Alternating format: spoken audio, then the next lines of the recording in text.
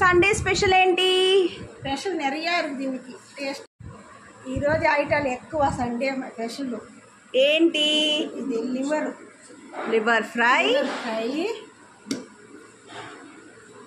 ఇది మామిడికాయ chicken gravy. Okay. Chicken కరివేపాకు చికెన్. ఇది. వావ్, అంతేనా?